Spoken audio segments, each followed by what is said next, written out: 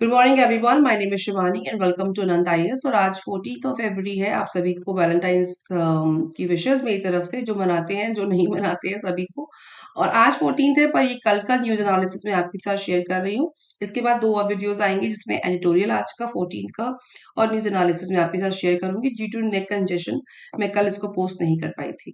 सो पहला न्यूज है, formal supreme court जज अमंग 6 न्यू गवर्नर्स अपॉइंटेड। सो ये न्यूज इंपॉर्टेंट इस लिहाज से है कि जो गवर्नर्स के अपॉइंटमेंट होते हैं वो कैसे हैं और कॉन्स्टिट्यूशन क्या कहता है उसके बारे में।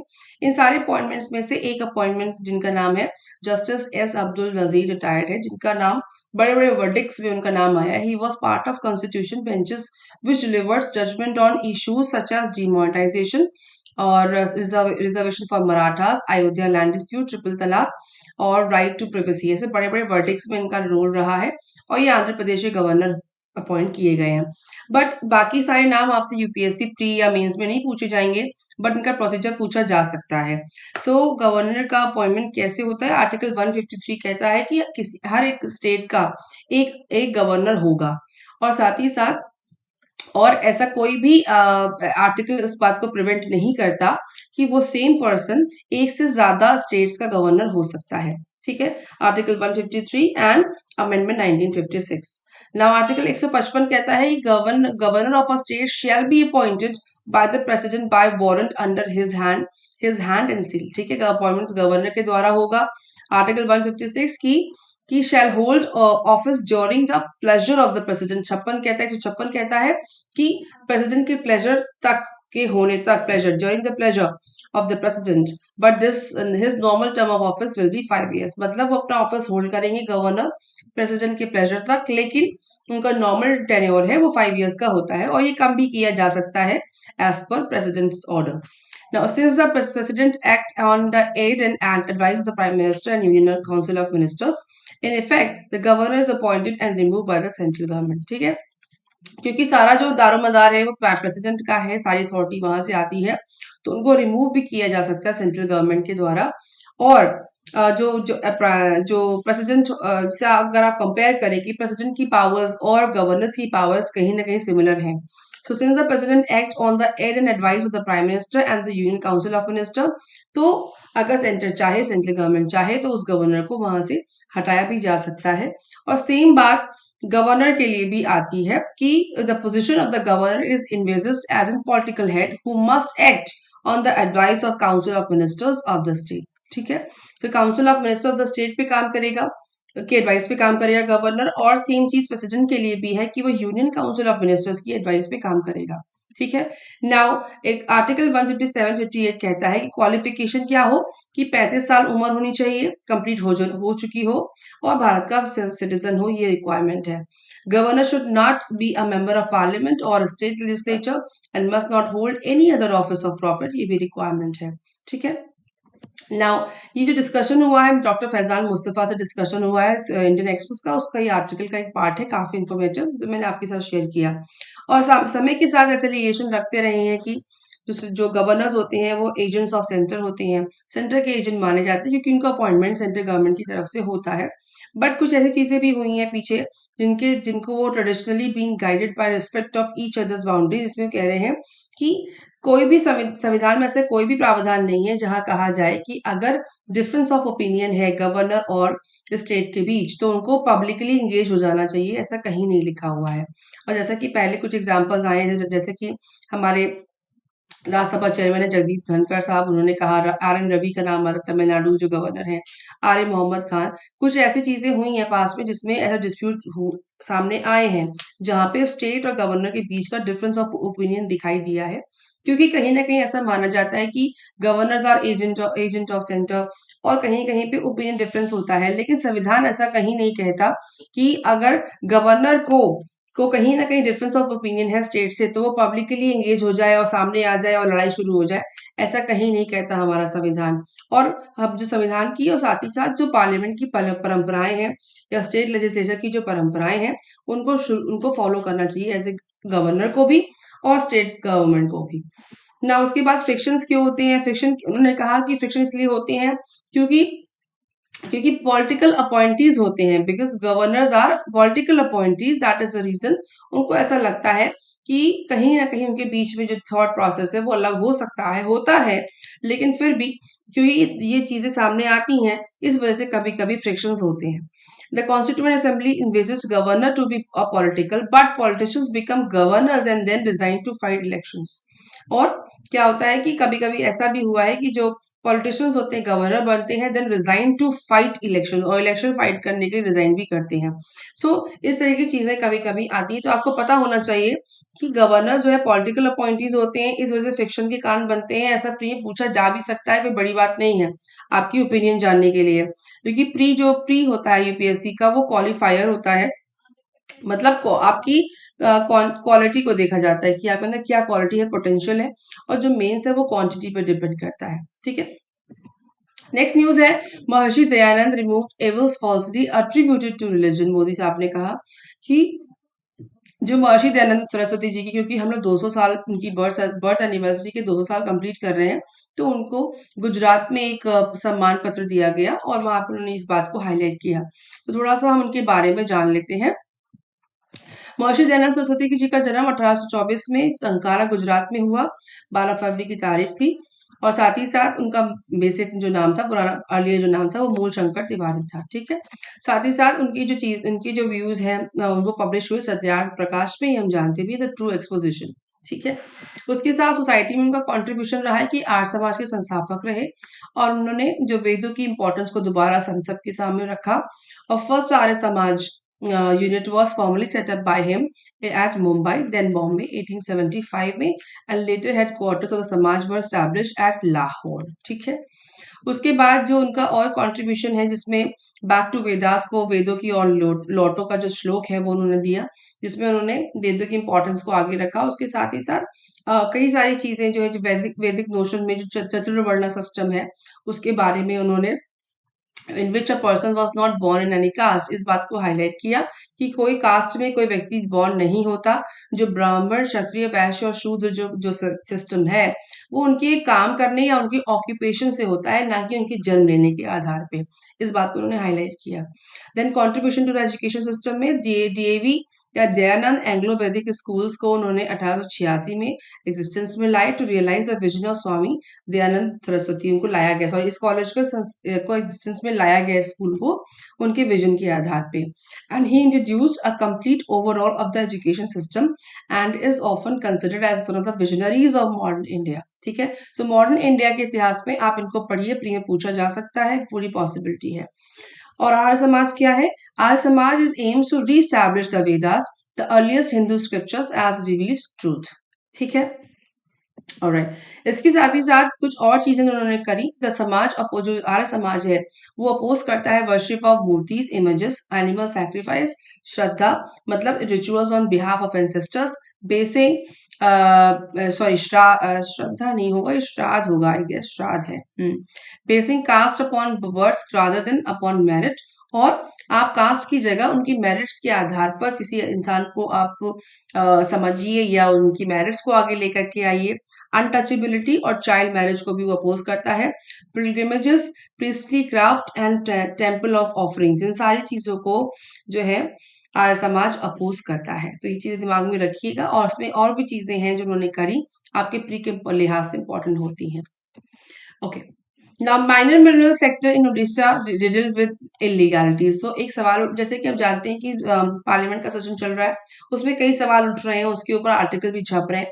तो एक सवाल उठा है माइनिंग का लेके, सैंड माइनिंग को लेकर के, कि जो इलीगल माइनिंग होती है कई सारे इलाकों में है, लेकिन यहाँ पे फिलहाल बालासोर डिस्ट्रिक्ट है उड़ीसा की, वहां के जगहों को हाईलाइट किया गया है। और ऐसा नहीं एक्शंस लिए नहीं जा रहे, एक्शंस लिए भी गए हैं, लेकिन इसका डिस्कशन उठ उठ के बार बार आता है। तो वो कह रहे हैं कि जो कहा गया कि तो दो मेजर नदियां हैं बालासोर में, बालासोर बलंगा, have suffered much because of it, according to mister चावल ने मेंशन किया कि वहां पे इलीगल माइनिंग इतनी ज्यादा है कि वहां की जो मिट्टी के जो माइनिंग की वजह से वहां की नदियां सफर कर रही हैं। और साथ ही साथ ये माइनिंग सिर्फ इसलिए नहीं कि मिट्टी इन्वायरमेंट पे बहुत बड़ा इम्पैक्ट डालती है, इसके ऊपर एक environmental assessment EIA environmental impact assessment, yes, EIA की रिपोर्ट भी पहले आ चुकी है, जिसमें इस बात को कहा गया है कि ये किस तरीके से जो है एनवायरनमेंट को इम्पैक्ट करता है। अगर माइनिंग इस तरह से होती रही तो क्या होगा, तो उस बात को हाईलाइट करते हुए उन्होंने इस बात को बोला। सैंड, अच्छा इंपॉर्टेंट बात क्या है कि जो सैंड है act as a sponge in river bed. जो रिवर बेड होता है उसमें जो सैंड होती है एक बेड की तरह काम करती है, और हमारी जो रिवर इकोलॉजी की जो बात होती है उसको काफी सपोर्ट करती है। अगर आप मिट्टी इस तरीके से निकालते रहेंगे तो बाढ़ आने की समस्या, इकोलॉजी डिजास्टर, जो पानी में जो रहने वाली स्पीशीज है उनका डिजास्टर, बहुत सारी चीजें इम्पैक्ट करती हैं। Machines were used to extract sand beyond its permissible limit. If sand is taken out, river water will flow down at much faster rate. वो कह रहे हैं कि अगर ये इस तरीके से मिट्टियां निकाली जाती रही परमिसिबल लिमिट के ऊपर, तो क्या होगा कि वाटर का फ्लो बहुत तेजी से नीचे चला जाएगा। In the even of flood, there is a every possibility of water entering new areas. और जब जब मिट्टी को आप हटा दोगे, जो एक तरीके का बेस बनाती है नदी के नीचे, तो क्या होगा, बाढ़ की समस्याएं बनेंगी और साथ ही साथ बहुत सारा डिजास्टर इस इकोलॉजी को खराब कर देगा। ना मैसिव स्टोन एंड मोरम, मोरम जो लैटराइट सॉइल होती है इसको मोरम कहते हैं, जो कंस्ट्रक्शन में काम आती है।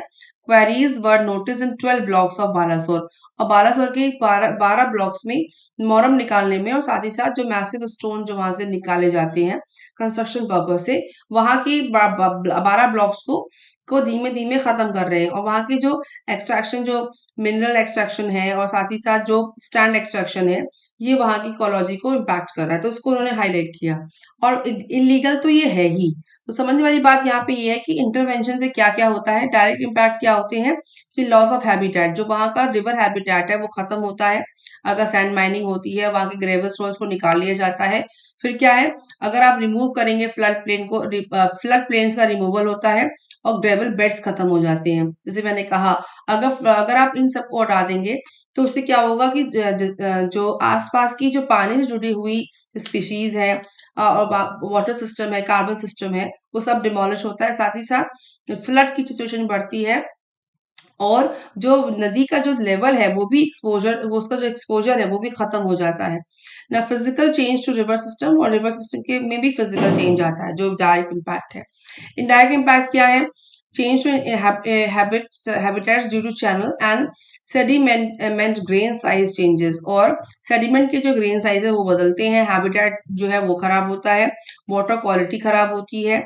उसके साथ हाइड्रोलिक चेंजेस जो होते हैं, movement of fish and habitat availability, वो भी खराब होता है। तो अगर ये सुनने में उतना शायद इम्पैक्टफुल ना लगे, लेकिन जब ये अगर इस तरीके से होता रहा तो बड़ी चीजें डेवलप होती हैं। हम जोशीमठ में देख रहे हैं कि अभी स्टार्टिंग में जब उनको बोला गया तो वहां पे कोई किसी ने एक्शन नहीं लिया। लोग वहां पे जो कंस्ट्रक्शन चलता रहा, और साथ ही साथ NTPC के जो पावर प्लांट थे वहां पे बनते रहे, और नीचे जो कंस्ट्रक्शन था चलता रहा। लेकिन जब जोशीमठ बिल्कुल धंसने लग गया तब लोग सामने आ गए। तो उसी तरीके से जो ये रिवर सैंड माइनिंग है, ये अभी सुनने में लोग उसको समझ नहीं रहे हैं। जो लोकल इकोलॉजी है और रिपेरियन कम्युनिटी है, उसको लेके टेंशन में है कि अगर ऐसा हुआ तो क्या होगा। लेकिन जब ये खत्म हो जाएगी पूरी सैंड, जिस तरीके से माइनिंग यहाँ चल रही है, तो एक बड़ा डिजास्टर बन सकता है उस स्पेसिफिक इलाके में जहाँ माइनिंग होती है। थोड़ा और समझते हैं कि ऐसा नहीं है इसको रिपोर्ट नहीं किया गया। अगर आप देखें, सबसे ज्यादा जो फाइन और पेनल्टीज लगी हैं वो कहाँ है, मध्य प्रदेश में, और सबसे ज्यादा मध्य प्रदेश में है। उसके बाद टाइम से जो है उसके बाद आपका आता है महाराष्ट्र। फिर अगर आप देखें, कर्नाटका है, उत्तर प्रदेश है। तो यहाँ पे सैंड माइनिंग के केसेस होते रहते हैं और पेनल्टीज लगती भी रहती हैं। लेकिन अब हालात क्या हो गए हैं कि आपकी ये जो पिक्चर दिखा रहे हैं, इसमें है कि डिमांड क्या है और सप्लाई कितनी है। तो आप देखिए, डिमांड है 39 की, सप्लाई 49, मतलब डिमांड इतनी है, सप्लाई कितनी की जा रही है, 49, वहां से निकाला जा रहा है इतना। तो जितनी डिमांड है उसके हिसाब से आपके पास सैंड है या नहीं है, अब उसके हालात पैदा हो गए हैं। महाराष्ट्र में आप देखेंगे कि डिमांड नॉट एप्लीकेबल दिखा रहे हैं, पता नहीं है, और सप्लाई डेफिशिएंट है, मतलब मिट्टी है ही नहीं।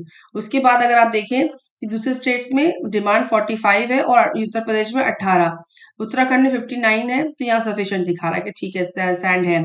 असम में नॉट एप्लीकेबल डिमांड और सप्लाई 4.5, मतलब जो सैंड की माइनिंग जब बढ़ती जाएगी तो स्पेसिफिक इलाकों में डेफिशिएंसी पैदा हो जाएगी, और मिट्टी को खोदने से जो वहां का जो वाटर लेवल होता है और सैंड जो लेयरिंग होती है, जहाँ पे आपका पूरा जो लैंड जो बिल्डिंग्स बनी है, वो अगर आप यहाँ सपोज करिए रिवर है और यहाँ की मिट्टी को आप खोद दोगे, तो ये बाकी की जमीन को भी इम्पैक्ट करता है। ये भी धस जाएंगे एक समय के बाद। तो सिर्फ ऐसा नहीं कि सिर्फ वाटर बॉडीज को दिक्कत होती है या स्पीशीज को दिक्कत है या इकोलॉजी से नदी की इकोलॉजी खराब होगी, नहीं। अगर आप इस लेवल पे पूरी मिट्टी को निकाल देंगे, तो क्या लगता है कि यहाँ वाला इलाका स्टेबल रहेगा? ये भी धस जाएगा, ये नीचे की तरफ चला जाएगा, बिल्डिंगें नीचे आ जाएंगी, क्योंकि सारी मिट्टी जो लेवल है वो कनेक्टेड होता है आपस में। ठीक है। Now, next news है what are micro LED displays and why is Apple shifting to it? ये आर्टिकल में डिटेल में काफी दिया हुआ है, जो आईटी और टेक के बच्चे हैं उसको पढ़ सकते हैं डिटेल में। लेकिन ये जो नई चीज एप्पल अडाप्ट कर रहा है उसके बारे में पता होना चाहिए कि how is micro LED technology different from earlier screen display technology. When is the Cupertino based company debuting the new technology? मतलब ये नई टेक्नोलॉजी क्यों ली जा रही है? अभी तक ओएलईडी चल रहा था, अब माइक्रो एलईडी क्यों आ रहा है? तो इसके बारे में हमको पता थोड़ा बहुत होना चाहिए, सवाल इस पे बने हैं पहले भी। तो ध्यान दीजिएगा कि जो स्पेसिफिक चीजें हैं, माइक्रो एलईडी है क्या एक्चुअली, कि micro LED technology are sapphires, sapphires होते हैं ये। सफायर्स एक्चुअली क्या है कि जब भी आप स्क्रीन देखते हो, सामने की स्क्रीन देखते हो, उसके पीछे कई तरह की चीजें काम करती हैं। तो अभी तक की जो फोन में टेक्नोलॉजी आती है वो ओएलईडी होता है। अब माइक्रो एलईडी को फोनों में लाया जाएगा, ये एप्पल लेके आ रहा है, तो पहले फोन में इंट्रोड्यूस हो रही है।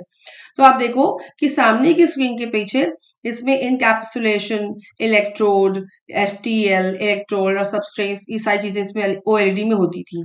अब क्या है, माइक्रो एलईडी में क्या है, फिल्म और ग्लास होगी, उसके पीछे आरजीबी माइक्रो एलईडी है, इलेक्ट्रोड होंगे और सबस्ट्रेट्स होंगे। मतलब जो लेयर है और पतली हो जाएगी।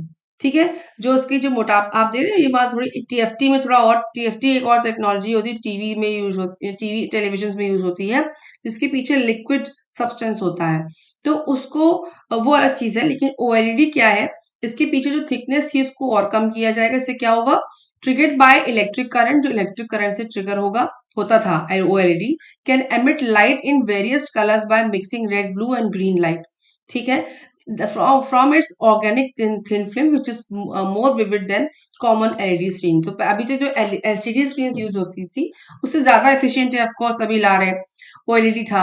अब माइक्रो एलईडी में क्या है कि features miniature LED arrays which each micro LED functioning as a pixel and can be driven to emit light. ये जो इसमें आरजीबी माइक्रो एलईडी लगा हुआ है, ये पिक्सल की तरह छोटे छोटे पिक्सल्स होते हैं, बहुत महीन महीन, और बारीक पिक्सल्स की वजह से क्लैरिटी और बढ़ जाती है, उसका यूज होगा इसमें। और साथ ही साथ with modules becoming smaller, bright image quality and response speed improve. तो ये पहले जो यूज होती थी वो ओएलईडी थी, अब माइक्रो एलईडी को यूज करके और अच्छा प्रेजेंटेशन आएगा और अच्छा क्लैरिटी आएगी, इसलिए इसको लिया जा रहा है। तो अभी एप्पल इसको अडाप्ट कर रहा है। तो कह रहा है the basis of micro LED technology sapphire, जो बेसिस क्या है वो सफायर्स है। Sapphire can shine on its own for ever, और सफायर की क्वालिटी क्या होती है कि अपने अपने आप वो शाइन करता है। A micro LED screen is filled with such small but strong light. The picture in a micro LED screen is generated by the several individual light emitting diodes. So इसमें एलईडी जो है ना, limit light emitting diodes LED use होगा। Micro LED जो sapphire की technology पे होगा और वो खुद चमक सकते हैं, उसकी खास बात है। तो इसको ध्यान में रखिएगा, प्री में पूछा जा सकता है कि माइक्रो एलईडी क्या होता है। आपकी जानकारी के लिए कि टीएफटी जो होता है, जो का यूज यूजुअली बड़ी टेलीविजन स्क्रीन पे होता है, और setup of electric circuit eight liquid crystal, इसमें लिक्विड क्रिस्टल्स लेयर्स होती हैं जो उसको जो जो काफी क्लैरिटी देती हैं। लेकिन क्योंकि फोन जो है एक छोटा प्लेटफॉर्म है जिसमें आपको जो इंटरफेस होता है वो छोटा होता है, स्क्रीन छोटी होती है, तो टीएफटी टेक्नोलॉजी को उसमें यूज शायद नहीं किया जा सकता, इसलिए ओएलईडी को यूज किया गया इसमें। और अब फाइनली माइक्रो एलईडी यूज किया जाएगा फोन में, उसको एप्पल अडेप्ट कर रहा है। ठीक है। इसका पूरा डिटेल आपकी हिंदू में अवेलेबल है, कल के एडिशन में आप उसको पढ़ सकते हैं। नाउ एरो इंडिया शो शुरू हो चुका है, हम सब जानते हैं, और India flies high with 98 participating nations ने पार्टिसिपेट किया है। PM to open 5-day event today, memorandum of understanding estimated 75,000 rupees crore expected. So ये बड़ा शो है, और इसमें हमारे डिफेंस मिनिस्ट्री के साथ साथ जो हमारे बड़े बड़े वेंचर्स हैं जो हम प्रोड्यूस करते हैं, जिन सारे डिफेंस इक्विपमेंट्स को, या जितने बड़े बड़े हमारे मिसाइल्स हैं और हेलीकॉप्टर्स हैं उनको हम शोकेस करते हैं और आप दूसरे देशों को प्रेजेंट बेचने की जो बेच सकते हैं उसका स्कोप भी बढ़ता है. So now, if the 14th edition of Biennial Aero India, which will see participation of 809 Indian foreign companies spread over 35,000 square meter, is expected to see conclusion of 251 memorandum of understanding. मतलब इसका मतलब क्या होता है कि जो हम आप उनको शोकेस कर रहे हैं दोनों पार्टीज के बीच में एक MOU साइन होता है कि फ्यूचर में वो उसको परचेज कर सकते हैं कुछ कंडीशंस के आधार पे. ये मतलब होता है मेमोरेंडम ऑफ या फिर मेमोरेंडम ऑफ अंडरस्टैंडिंग का. At the defense ministers conclave for which 32 foreign defense minister have confirmed participation. ठीक है, तो ये इसमें काफी चीजों को शोकेस किया जाएगा. ये 5 डेज का है और ये मंडे को शुरू हो गया, ट्यूसडे है. Alright, now the expo comprises a defense ministers conclave, a CEO round table, मंथन, brainstorming startup event भी होगा इसमें, a बंधन ceremony, air shows, a large exhibition India pavilion and a trade fair of aerospace companies. ठीक है, तो ये मंथन और बंधन को याद रखिएगा. now showcase प्रोग्रेस में क्या क्या है, जैसे कि मैंने कहा कि इसमें 98 देश पार्टिसिपेट अभी कर रहे हैं इस हिसाब से. And defence minister of 32 countries, air chiefs of 29 countries. So ये जो हमारा जो एरो इंडिया और जो इस तरह के जो बड़े बड़े इवेंट्स होते हैं उनका उनका कॉन्सेप्ट निकल के क्या आ रहा है, आत्मनिर्भर भारत. क्योंकि हम सब चाहते हैं हमारे देश का जो टारगेट है जो एम है वो आत्मनिर्भरता को लेकर के आना है, चाहे वो फूड हो, चाहे वो एनर्जी हो, चाहे वो हमारा डिफेंस हो. ठीक है, तो अगर इसमें हम आत्मनिर्भरता लेके आ सकते हैं तो लॉन्गर रन में हम इकोनॉमी की डिपेंडेंसी दूसरे देशों पे कम हो जाती है. ये इसका टारगेट है. Defence minister conclave will address aspects related to deepening cooperation और capacity building, joint venture, R&D, co development, co production and provisioning of defence equipment. ठीक है, मंथन को याद रखिएगा क्योंकि that will bring leading innovators, startup, MSME incubators, academia and investors for defense from defense and aerospace ecosystem under one roof. ठीक है, तो ये पूछा जा सकता है कि मंथन क्या है. Now Indo-US unmanned aerial vehicle to be flight tested this year, क्योंकि एरोस्पेस वाला जो इवेंट चल रहा है, एरो इंडिया इवेंट चल रहा है, उसी के हवाले से न्यूज है. The flight testing of ALUAV prototype will occur at the range in the northern India as well as in the US. ठीक है, तो उसको फ्लाइट टेस्ट किया जाएगा. अब ये क्या है, एक प्रोटोटाइप है. एयर लॉन्च अनमैन, जिसमें अनमैन मतलब कोई व्यक्ति नहीं है, कोई बंदा नहीं है उसके अंदर. Air launch unmanned aerial vehicle है ALUAV, जो डेवलप किया है इंडिया एंड यूएस ने साथ में मिलकर. Is likely to be flight tested later this year, said a member of US government delegation to Aero India 2023 में उन्होंने डेलीगेशन जो है उन्होंने इस बात को कहा. नाउ जो ये हम सब जानते हैं कि जो Bengaluru based aeronautical development establishment है and the aerospace directorate at the US air force research laboratory, जो बेंगलुरु का जो ये AGE है ये काफी पावरफुल है और जो शोकेस होता है ये बेंगलुरु में ही होता है एरो इंडिया का यूजुअली. सो उस केस में उनका जो एक्सपोजर है, चीजों को दिखाने का तरीका है वो काफी ह्यूज है. सो वहीं पर US air force research laboratory along with the Indian and US air force are the principal organisation for execution of project agreement. जो ये अग्रीमेंट हुआ है तो मैं दोनों देश के लोग मिलकर के इसको शोकेस करेंगे, फ्लाइट टेस्ट होगा. और कल ही के आर्टिकल में मैंने एडिटोरियल भी डिस्कस किया था जिसमें यूएस और इंडिया के बीच जो स्पेस मिशन है उसके क्या पॉसिबिलिटीज, उसमें एक आर्टिकल आया है जो मैंने कल शेयर किया, आप उसको जरूर देखिएगा. Now F-35 at Expo में on the likely participation of US F-35 stealth aircraft in the Aero India 23 stealth aircraft को इसको लाया जाएगा. A member of delegation said that if it did, it would be the most advanced aircraft in the air show. ठीक है, delegation also said it would be too premature for the US to the offer F-35 to India. So F-35 stealth aircraft अगर जब आएगा तो उसकी news और आगे बढ़ेगी. आज की न्यूज में आएगा तो मैं आपसे आगे जो वीडियो आएगा एनालिसिस में उसको शेयर करूंगी अगर इसके बारे में और इन्फॉर्मेशन आती है तो. The China planning Aksai Chin railway line to connect Tibet and Xinjiang. ये इन्फॉर्मेशन काफी दिनों से आ रही है कि वो रोड बना रहा है, रेलवे ट्रैक बना रहा है, उसी के हवाले से आर्टिकल दोबारा से आया है. इसका पर्पस क्या है एक्चुअली? अगर आप देखें जो ल्हासा निंगचिंग लाइन है, runs to Tibet south east and near the border with Arunachal Pradesh. तो ये अरुणाचल प्रदेश, तिब्बत का इलाका और साथ ही साथ जो इंडिया से जुड़ा हुआ इलाका है, उसकी स्ट्रेटेजिक इंपॉर्टेंस के लिहाज से समझना जरूरी है कि वो कोई कोई भी नेशनल हाईवे बना, जो नेशनल हाईवे का नाम आता है G219, उसको बना रहा है। साथ ही साथ अक्साई चीन ने वो रेलवे रेलवे ट्रैक कनेक्ट करने की कोशिश कर रहा है। तो एक तरीके का वो पोजिशनिंग करने की कोशिश कर रहा है, इसको पहले भी कहा गया है। तो उसको समझना जरूरी है सामरिक स्थिति के हिसाब से। ट्विन पर्पस क्या है? The railway construction is being as serving two purpose क्या है? Boosting border security by enabling China to more closely integrate border as well as mobilise quickly, मतलब कनेक्टिविटी बढ़ाना और साथ ही साथ जो आसपास उसके जो रसद है या फिर इक्विपमेंट्स है उनको उनको मोबिलिटी बढ़ाना। And secondly accelerating Tibet economic integration with hinterland, मतलब तिब्बत को कनेक्ट करना, अच्छी तरीके से इंटीग्रेट करना। While Xinjiang province has a rail link to Tibet, the plan will now extend railway links for the first time to the three other neighboring provinces of Sichuan, Yunnan and Gansu. तो वही बात है, connection हो जाए, अच्छी तरीके से connect हो जाए, उसकी सामरिक पोजीशन को और स्ट्रॉन्ग करे और उसका मोबिलाइजेशन इस इलाकों में बढ़ जाए, इसी लिहाज से उसको उसको बनाने की कोशिश कर रहा है। नाउ अक्साई चेन को हम यहाँ लोकेट करते हैं, अगर आप ध्यान दें तो यहाँ ये जो इलाका है अक्साई चेन का, ये वाला इलाका, जैसे इसको मैं यहाँ पे थोड़ा डार्क कर लेती हूँ।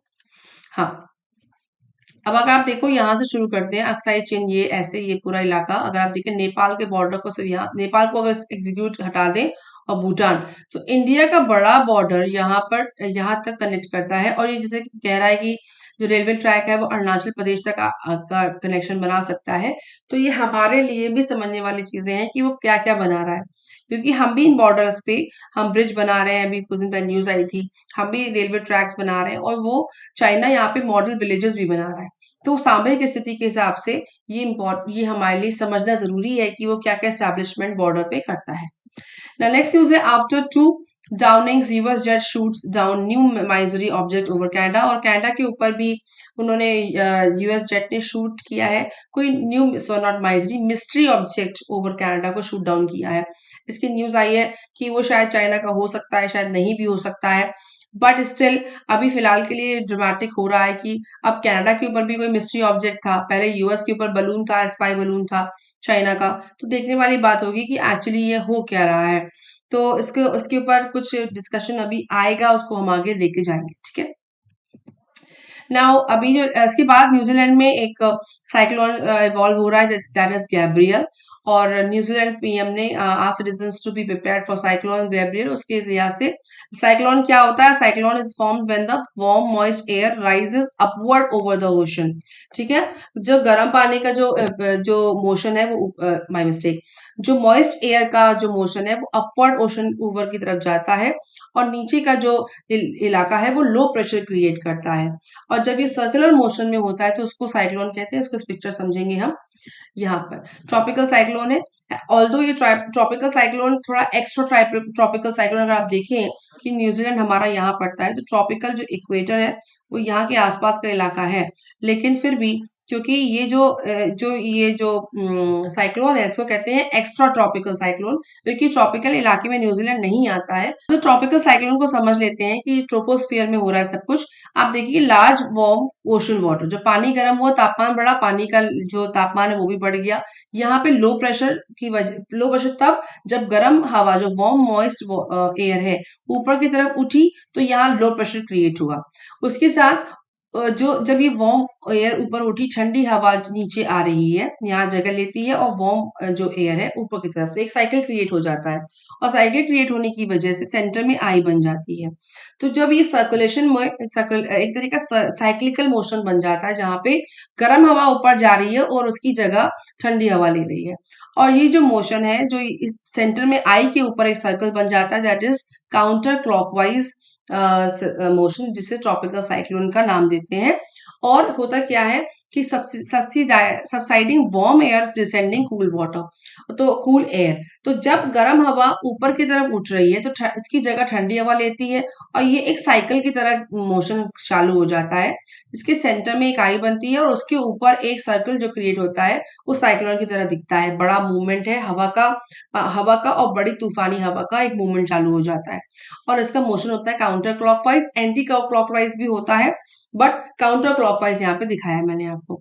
सो ये जो हालात है, ये जो आगे बन के साइक्लोन का नाम साइक्लोन बनता है और फिलहाल के लिए वेलिंगटन न्यूजीलैंड में इसको उनके वहां के पीएम ने कहा है कि वहां के सिटीजन्स को प्रिपेयर हो जाना चाहिए। So a cyclone is formed when the warm moist air rises upward over the ocean. As this air moves up, there is a formation of a low pressure area below.